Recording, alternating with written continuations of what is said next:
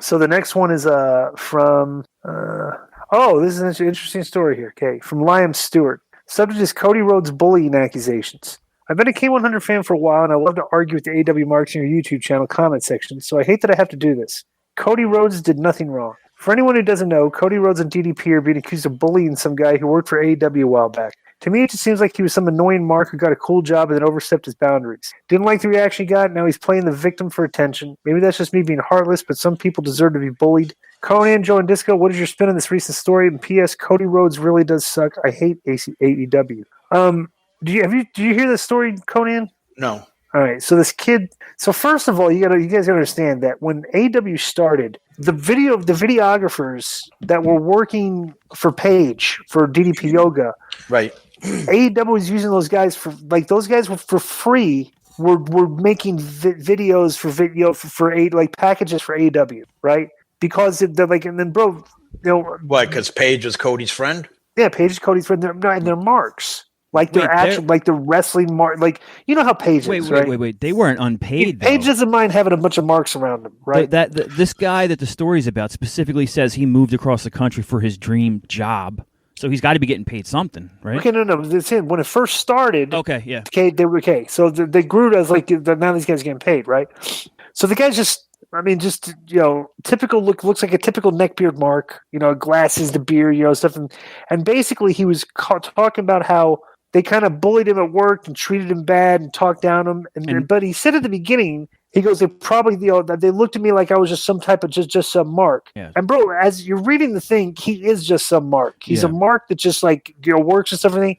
And he was just kind of upset that they treated him wrong. And bro, around wrestlers, if you're around us, it's not bullying. I don't know, our work environment is different than your work environment. But we're ribbing on the square most of the time with guys, but nobody for a shoot is bullying anybody. The thing that I think his biggest complaint was fake bullying, right? His biggest complaint was that they told him, "Don't ever let Cody see you," and they would stick him in the in another office when he was there, because Cody said, "I don't want to see him." Right, and then I think it's insinuated that DDP was if you ever run into Cody, you cannot interact with Cody or you will be fired. And he made it seem like a sob story, but then by the end of his story, he had already interacted with Cody. Everything was okay. I don't know why he eventually got fired. And then, so this guy complained online. Of course, everybody's jumping on AEW. Oh my God, bullying and stuff, But then they go back and find guys' tweets. Yeah, they all these racist, homophobic tweets and stuff, using the N-word in tweets. This guy's, And one of the tweets was the first Starcast, they had Cody did a barbecue the first day. And this guy tweeted at Cody "Oh, that sounds good, the barbecue. I can't wait to have your meat in my mouth," or something. And there was another one like that. So if Cody really was freaked out, by the guy and said, "I don't want to really interact with this guy. He said some strange things," it's actually pretty understandable. So, but anyway, like you said, Disco, they kind of outed his tweets, and I think people more understand now what was really going on.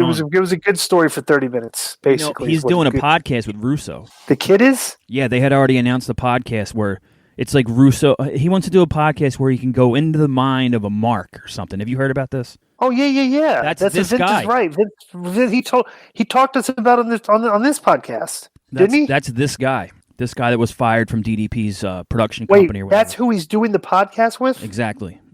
Are you kidding me? Now he moved the podcast forward and announced this guy or whatever the concept was before these stories came out. But since nothing has changed as far as I know. I know there's guys on the brand Facebook page yo, do you want to warn Vince about this? Time out.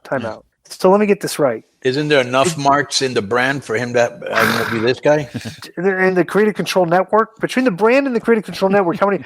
Bro, Vince is doing a podcast the other day with one of these guys wearing a mask, one of these grapplers. Right. Oh, yeah, and the guy's on there burying me, and Vince is posting the clip, and I'm I don't give a what this guy's you think I care what some Mark Berry bro? It's I don't get this. It's every Monday he does a show with one of the grapplers every Monday night. It's atrocious. It's embarrassing, right? So let me say this. So the guy. Is this a show you listen to, Joe? I see it because they do it live on YouTube and stuff. So I see it when they start broadcasting. Okay, did this kid commit to doing the Russo podcast in the mind of a mark before or after he posted the stuff about the way he was treated at AEW? Do we know that? The podcast was announced before any of this happened. Oh, it was? Yes. Oh, this guy's trying to get What a work. I mean, He's of trying to course get the guy's attention trying for to the get like, sympathy, or maybe he's going to be going on a podcast now with Vince and he wants to get his story out there ahead of the curve before people start burying him on Vince's podcast. But I don't know if Vince has seen this guy's tweets. Yeah, I mean, when you go back and guys have tweets with the F slur and the N word and all this. Yeah. It's not good. It's ridiculous.